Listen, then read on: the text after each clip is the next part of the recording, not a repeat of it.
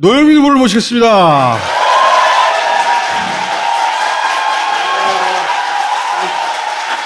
안녕하십니까.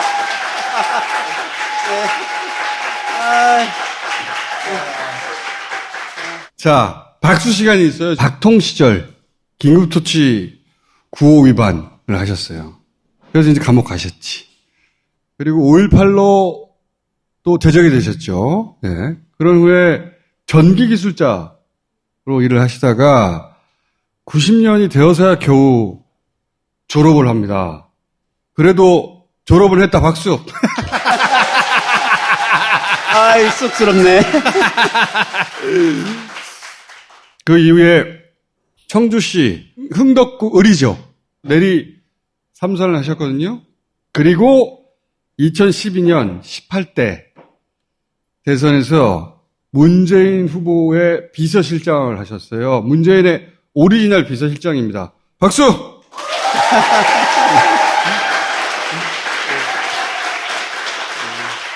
그리고 대통령 당선된 이후에 아무나 비서실장 시키지 않는 문재인의 두 번째 비서실장이었다. 박수. 네. 자, 그러나 비서실장 시절부터 부동산으로 욕을 드셨죠. 비서실장이니까 본인 변호를 한 번도 못했어요. 제가 대신할게요. 반포하고 청주에 아파트 2주택 중에 하나를 팔아야 된단 말이지. 처음에는 반포를 팔려고 했는데, 왜냐하면 청주가 지역구이자 고향이에요. 거기 다시 돌아가야 돼요. 그런데 가족이 또 서울에 살 뿐만 아니라 청와대에 근무하는데, 그래서 결국은 청주 아파트를 내놓으니까 이번에는 반포 재건축을 노린 게 아니냐고. 그렇게 욕을 먹었어요. 근데 또 청주에서는 지역구 버렸다고, 고향을 버렸다고, 거기서 또 욕을 먹었어요. 조중동의 함정 프레임이었어요. 이렇게 해도 욕을 먹고 저렇게 해도 욕을 먹는 거예요. 결국 둘 다 팔았죠? 예. 둘 다 팔아버렸죠? 그러니까 비서실장이니까 한 번도 이걸 제대로 해명해 보신 적이 없죠? 그랬죠. 네. 문재인 정부의 비서실장이 말이지 부동산 투기하고 재건축 노리고 이렇게 공격을 했죠. 사실 서울 아파트도 그게 산지가 오래된 거예요. 네. 그리고 13평짜리 애들이 사는 아파트인데, 네. 13평짜리고 또. 참, 그랬죠. 결국 두 채를 다 팔아버렸는데, 네. 제가 집사람한테 야, 평생 먹은 욕보다 네. 그러니까 언론에도 욕을 먹고 그리고 집에서도 욕을 먹고 고향에서도 욕을 먹고 지역구 욕을 먹고 다 먹은 거예요. 아이고, 근데 실제로 사연은 이거예요. 그 집사람이 아니 내가 이 나이가 돼서 무주택자가 돼야 되겠냐고. 새빵을 전전해야겠냐 이제 이러면서 막 그냥 저한테 포부됐었죠. 예. 실제 사연이 이거예요. 이게 함정 프레임이라고. 그러니까 기사 읽는 대로 믿지 마세요. 근데 이제 올해 1, 2월에 뉴스가 되는 이야기를 많이 하셨어요. 첫 번째로 했던 게 박근혜 사면을 반대한 것은 오히려 국민의힘이다. 그때 당시는 자유한국당이었지. 시간이 지났으니까 다들 기억을 못 하시는데 박근혜 신당이라고 이름 들어보셨죠? 알죠? 그게 그겁니다. 네. 2020년 네. 총선을 앞두고 그 당시에 박근혜 전 대통령이 이제 몸이 안 좋았어요. 병원에 가서 수술을 받고 막 그랬거든요. 그러다 보니까 박근혜 사면론, 석방론이 솔솔 흘러나왔어요. 그러면서 이게 연결된 것이 TK를 중심으로 한 박근혜 신당론. 있었어요. 이게 당시에 언론 쪽에서 초미의 관심이었습니다. 그런데 박근혜 신당이 나오면 누가 제일 손해를 보겠습니까? 그쪽이잖아요. 그쪽 사람들, 패널들은 종편이고 어디 나와가지고 뭐 입에 객거품을 물고 반대했어요 그 당시에. 정말로. 그랬죠. 이제 그 사람들이 언제 우리가 그랬나 하고 또 이렇게 부인하고 그러죠. 예. 홍준표를 떨어뜨리기 위해서 유영하 변호사 악수하고 막 박근혜 찾아갔잖아요. 그 유영하 변호사 막 공천시켜줄 것처럼 막 분위기를 만든 다음에 박근혜 대통령 취임식 참석하고 나서 유영하 낙마시켰잖아. 이용해 먹고 버린 거예요. 걔는 그래요. 자, 2월에는 또 무슨 얘기를 하셨냐면 윤석열 후보 시절에 대선 후보로는 반중 발언을 해서 보수 진영의 표를 얻고 뒤로는 중국 측에 사과하고 이러고 있다라고. 네, 그랬습니다. 네. 저쪽에서 저에 대해서 만약에 허위사실 유포라든지 이런 걸로 해서 고발을 했으면 재밌었을 텐데. 재밌었을 텐데. 저 혼자 들은 게 아니고 그 사람이 얘기하면 사실일 것 같은 그런 분하고 같이 들었어요. 비서실장이신 분보다 더 그럴듯한 분이 누굽니까 대체? 아무튼 아무튼. 그리고 그 얘기를 우리한테 전한 사람, 이건 확실한 사람이죠. 네, 이거 처음 밝히는데 전직 대사입니다. 전직 대사가 메신저가 되어서. 예. 참 미안하다. 우리의 그 뜻이 그게 아니다. 오해하지 말라. 오해하지 말라. 우리는 중국과의 이 관계를 좋게 가져가려고 애를 쓰는 그러니까 그런 입장이다. 앞에서는 센 척하고 뒤에서는 이렇게. 네. 예. 기분 좋으시네, 오랜만에 얘기하니까.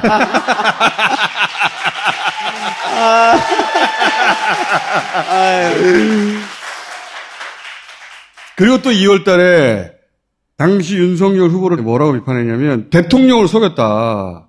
요지가 뭐냐면 이제 총장 임명하기 전에 면접을 봐요. 검찰 개혁에 대해서 물어보고 공수처에 대해서 물어보고 수사권 분리에 대해서도 어떻게 생각해요? 다 물어봤는데 후보들 중에 가장 강도 높게 검찰 개혁을 찬성한 사람이었다는 거야. 아주 우리의 요구보다 더 나갔죠. 요구하는 것보다 더 세게 얘기했다고요? 예, 그러니까 문서로 된 거를 나중에 아예 그게 문서로 남아 있어요? 이렇게 보고를 받았었습니다. 문서 까야 되겠네 그거. 그게 저 대통령 기록관으로 다 있을 겁니다. 수사권 분리 때문에 난리 났잖아요. 근데 수사 지휘 안 해도 된다. 수사권 분리, 축소 다 찬성했다는 거예요. 문재인 정부의 안보다 더 강하게 검찰 개혁에 대해서 찬성하고 그랬다는 거 아닙니까? 그것도 문서로 남아있다는 거 아니에요. 대통령을 속인 거 맞지. 문 대통령은 여기 대해서 뭐라고 하신 적이 있어요? 말이 없는 양반이라. 문 대통령이 이런 측면에서는 정말 그 노무현 대통령을 빼다 닮았어요. 빼박이라 그러나요? 네? 진짜 그 바보 노무현과 똑같이 바보 문재인. 빼박이 뭐 대단한 단어라고 또 빼박이라고. 처음 써봐요.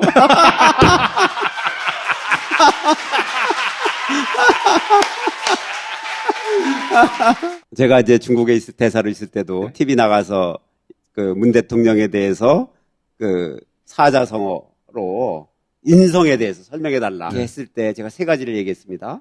첫 번째는 측은지심을 얘기했어요. 그분께서는 정말 어려운 사람들.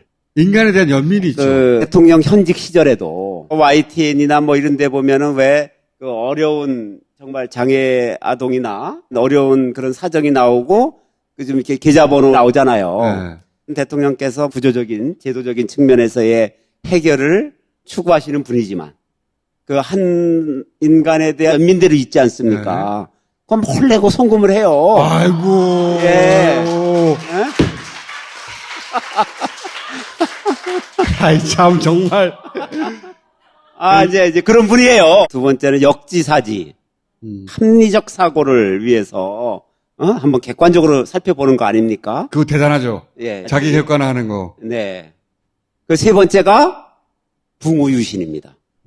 문 대통령께서 한 번 믿은 사람에 대해서는 그 사람이 문재인 대통령을 속이고 배반할지라도 문 대통령이 배반한 적은 없습니다. 그런 분이에요. 세 번째 말로서 답변하겠습니다.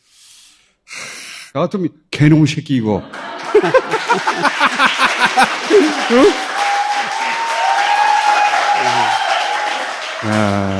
배신 얘기 나왔으니까 이어가 보자면 충북도지사 상대 후보가 김대중 전 대통령과 함께 그 정당에서 정치를 시작해놓고 장관부터 국회의원 사선 모든 공직을 다 민주당에서 했어요. 국민의힘 인수위 갔다가 충북도지사로 나온 거예요. 모든 공직을 다 민주당에서 해놓고. 야, 그래서 이분이 그 선거운동 전략이 나의 과거를 알지 마라.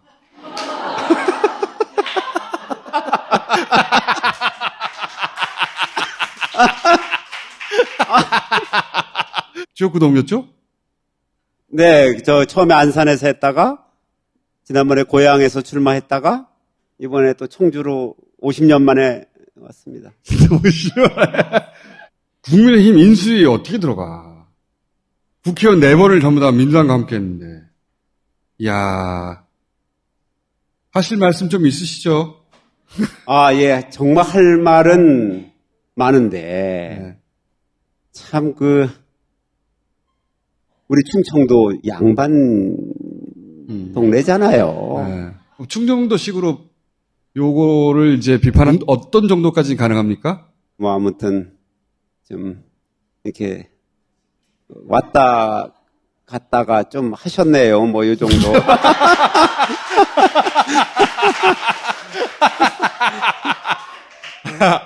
조금 왔다 갔다 하셨네요. 그것도 너무 센 거일지도 모릅니다. 해슈?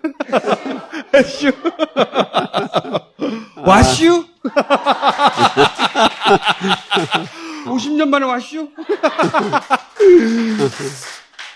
그런 거에 대해서 사실은 좀 잘 모르지요. 예, 그 선거사무소 앞에 큰 대형 현수막을 보니까 그냥 이렇게 사선 국회의원 그 한 거 하고 장관 한 거 하고 그것만 써 있더라고요. 사실 괄호하고 민주당 뭐 이걸 썼어야 되는데. 그러니까 보시면 속이 쓰리시겠어요? JP가 인생 말년에 정치는 허업이다 이런 얘기를 했어요. 그 정치라는 게 참 삐끗 잘못하면 이제 그렇게 되는구나.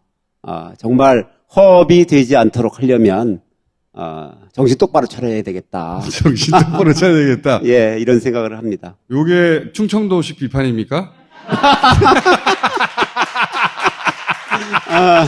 아니, 상대가 잘못했는데 내가 정신 똑바로 차려야 되겠다. 근데 이제 그 대선 직후라 지금 분위기는 만만치 않죠? 네, 그렇습니다. 최근에 충청권은 당 지지도가 좋지 않습니다. 네. 그리고 이제 비서실장이었다고 하는 커리어를 얘기하면 자동으로 부동산을 갖다 붙이는 거예요. 재건축 얘기하고 막 13평이라는 얘기 안 하는 거지. 거기 자녀들이 살고 있다는 얘기도 안 하고. 그거 재건축 근데 안 될 것 같아요. 저희 집사람 내가 이 나이에 전셋집을 전전해야 되겠냐. 이제 이렇게 진짜 울면서 막 뭐라고 했는데 제가 그때 설득했던 것이 저거 재건축 안 돼. 우리 생전에는 안 돼.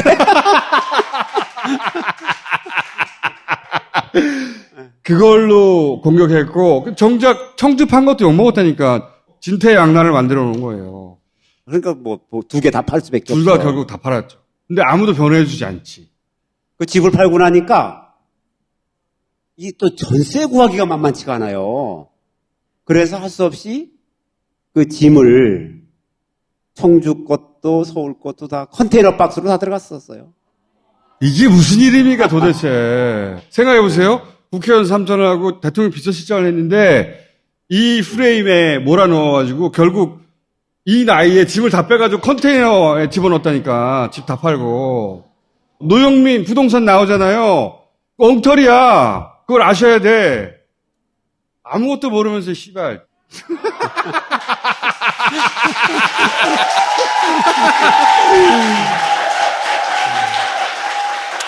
근데 그때는 대통령의 비서실장으로서 그냥 억울해도 감수하셔야 했지. 그렇죠. 네. 네. 그런 걸 감수하고 고향으로 돌아가서 일해보겠다고 했더니 상대가 어머 삼중철새가 왔네?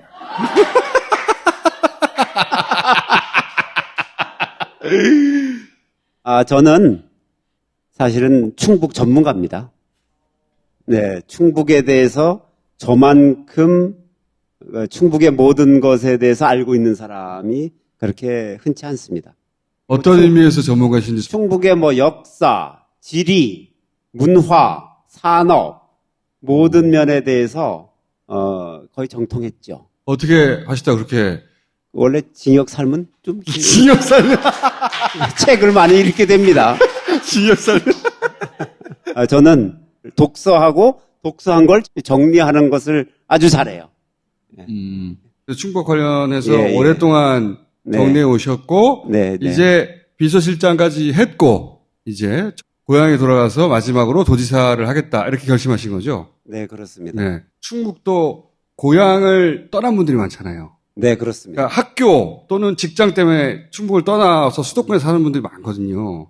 선거 때면 집에 전화한 분들이 많은 쪽이 이겨요. 그렇거든요? 진짜 중요한 지적입니다. 이 출향 인사라고 우리가 흔히 표현합니다만 출향 인사들이 고향에 의견을 전하는 것은 예. 상당한 영향력이 있습니다. 굉장히 중요해요. 특히 지방선거에서는 투표율이 낮잖아요. 서울에서 이 양반 중요한 사람이고 꼭 당선시켜야 된다. 그런 전화가 어떤 사람에게 몰려올 때가 있어요. 그럴 때 그분이 지지율 상관없이 당선되는 거거든요. 그 대표적인 지역 두 군데가 충청하고 강원이에요. 네, 예. 맞습니다. 전화가 필요하십니다, 지금.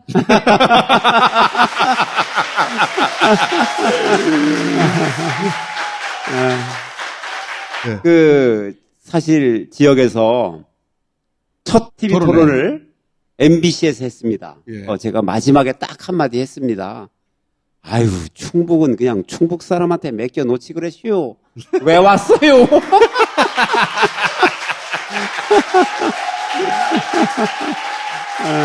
그게 제일 센 발언입니까? 예, 제가 제일 센 발언이었습니다. 그러면 대표 공약 하나 소개해 주십시오. 예, 제 대표 공약은 저출생 극복입니다.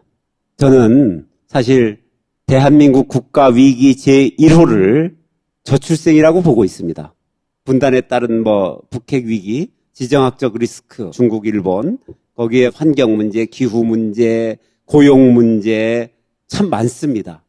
그런 것도 다 주요 현안이고 위기지만 현 단계에서 대한민국 국가 위기 제1호는 저출생입니다. 1970년대 초반만 하더라도 1년의 신생아 수가 100만이 넘었습니다. 작년에 26만이 됐어요. 태어난 사람이 전원이 80수를 다 누려도 80년 후에 우리 인구는 2,400만 원입니다. 지금 우리가 5,200만이거든요. 인구가 반도 안 되는 거예요. 현재 이 출산율 가지고는 대한민국이 국가로서 존속할 수가 없습니다. 이걸 해결해야 합니다. 참 여러 가지 방법을 써요. 그리고 국가 예산이 어마어마하게 들어갑니다. 제가 비서실장 딱 왔을 때 1년간 국가와 지자체 단독 사업 이렇게 해서 쓴 저출생 극복 예산이 30조가 넘었어요. 신생아 1인당 1억을 쓰는 거예요.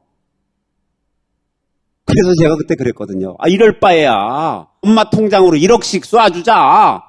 여기서 제가 한번 우스갯소리 하나 해도 되나요? 네. 대통령님 주재 회의였어요. 제가 1억 얘기를 그렇게 하니까 대통령님께서 우리 고민정 대변인한테 고 대변인은 어떻게 생각해? 그랬더니 1억을 준다면 저도 지금이라도 생각을 한번 해보겠습니다. 이제 이런 우스갯소리가 있었습니다. 그래서 저는 저출생 극복을 하기 위해서 둘째 아이부터 매월 100만 원씩 5년간 지불하겠다라고 공약을 내걸려고 했어요. 그랬더니 제 며느리가 아버님 그건 첫째 아이를 반드시 낳고서 그 다음에 건너가니 이거는 좀 받아들이기가 좀 어렵습니다. 첫 아이부터 안 낳는데. 그렇지. 그래서 바꿨어요. 첫째 아이부터 월 70만 원씩 5년간 60개월이죠. 요게 제 1번 공약입니다. 예산 추계를 해보면 4년간 들어가는 돈이 약 한 6,500억이 들어가더라고요. 도와 시군이 4대6 매칭으로 하면 도에서 쓰는 비용이 한 2,500억 되는 것 같아요. 저출생을 극복하기 위한 예산의 투입은 국민적 합의가 이미 이루어져 있다라고 저는 생각을 했어요. 그래서 중간과정 없이 바로 지급하자. 네, 첫 아이부터. 네, 제가 이 공약을 가지고 충북 전체를 한번 돌아봤습니다. 그랬더니 상당히 좀 정책에 대한 수용성이 좋았습니다. 두 번째 아이는 140이죠. 70. 예. 매달. 그래요? 예. 셋째는? 셋째도 70. 그래요? 예.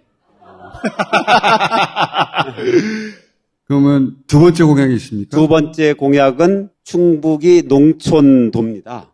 그러니까 농산물이 계절에 따라서 그리고 또 이 기후에 따라서 수확량이 들쭉날쭉해요.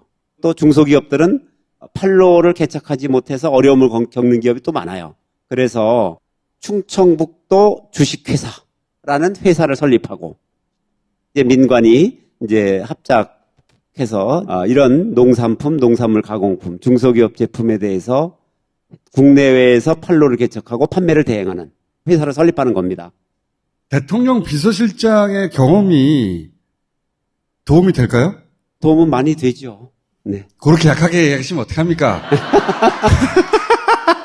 엄청난 도움이 된다고 막 하셔야 되는데.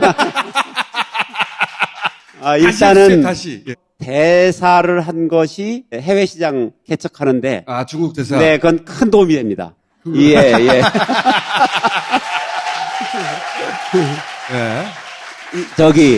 중국이라는 나라가요. 그 모델 출연료가 우리 국내와는 비교가 되지 않습니다. 중국은 인구가 많지 않습니까? 거의 한 14, 5억 되니까. 거기는 텔레비에 한번 나와서 이렇게 한번 하면 기본적으로 판매되는 것이 4천만 개입니다. 예를 들어서 샴푸, 린스, 10,000원짜리다.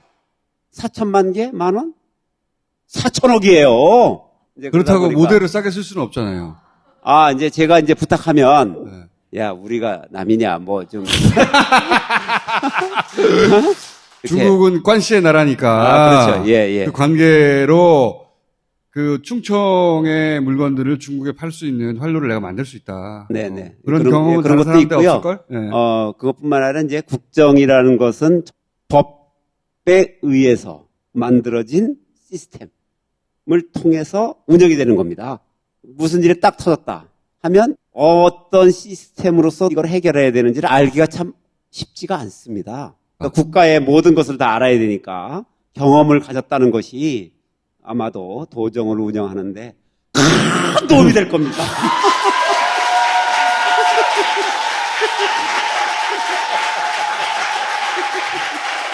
출향 인사들 그리고 유권자들 그분을 향해서 온마디 해주시고 간절하게 정말 절실하게 호소를 드립니다.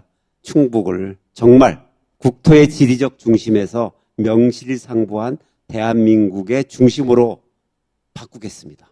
충청권 메가시티의 중심으로 충북을 탈바꿈시키려고 합니다. 도와주십시오.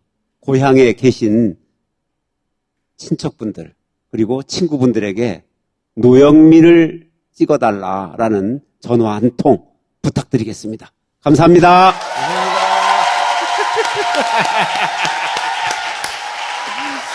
후보님 들고 오신 거 뭡니까? 이걸 안 했네. 아, 노영민 TV. 노영민 TV 구독하면은 도움이 됩니까? 선거에? 그래요? 네. 그냥 도움이 되지 말고 어마어마하게 엄청 노영민 TV를 구독하면 선거에 엄청나게 도움이 됩니다. 지금 구독자 몇 명입니까? 800명. 저희가 3만 만들어 드릴게요. 네, 감사합니다. 도와주세요. 네. 후보님 들어가셔야 됩니다. 다음 게스트 나와야 됩니다.